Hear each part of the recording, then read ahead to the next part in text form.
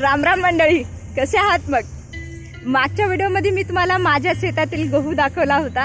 गहू तेव्हा हिरवागार होता आणि आपण ओंब्या पण भाजून खाल्ल्या होत्या. तर आज ते गहू पूर्णपणे वाळलेला आहे, काढणीसाठी आलेला आहे. आणि आज आम्ही गहू काढण्यासाठी हार्वेस्टर बोलवलेला आहे.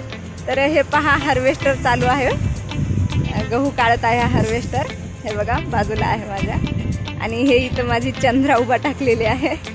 हे पहा, गहू काढत आहे हार्वेस्टर. तर पाहूया मग कसा निघतोय ते गहू. हे बघा, पूर्ण गहू वाळलेला आहे आणि गव्हामध्ये कुठे कुठे एखाद्या ओंब्या ओल्या राहिलेल्या आहेत. तर त्या सर्व ओल्या ओंब्या मी काढून घेत आहे. आणि आता तुम्हाला वाटत असेल, एवढ्या साऱ्या ओल्या ओंब्याचं मी काय करणार? तर आम्ही त्या ओंब्याला भाजून घेतो, त्याला वाळू घालून मस्त उकळामध्ये फुटून त्याला छान पाकडून घेतो, जेणेकरून त्याचे पूर्ण टपरं निघून जातील. आणि मग उन्हाळ्यामध्ये त्याला उकडून त्याच्या घुगऱ्या करून खातो आणि त्या चवीला खूप छान लागतात.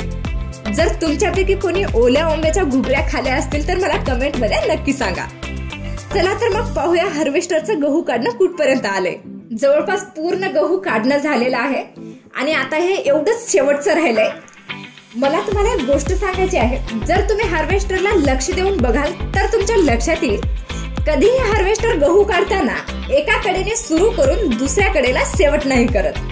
तर तो चारही बाजूने गहू काढत जातो आणि सेंटर मध्ये एक चौकोन बनवतो आणि त्याच चौकोनाला छोटा करत करत शेवट करतो. तुम्ही चांगलं लक्ष देऊन बघा, म्हणजे तुमच्या लक्षात येईल. वाटलं तर तुम्ही व्हिडिओला रिव्हर्स करून सुद्धा पाहू शकता. पूर्ण गहू काढणं झालेला आहे आणि आता हार्वेस्टर गहू घेऊन आलाय.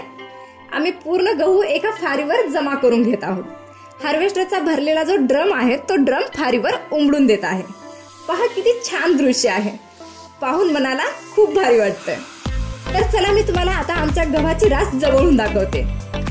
हे पहा, ही आमच्या गव्हाची रास आहे आणि हा आमचा गहू आहे. तर तुम्हाला हा आमचा गहू कसा वाटला हे मला कमेंट करून नक्की सांगा.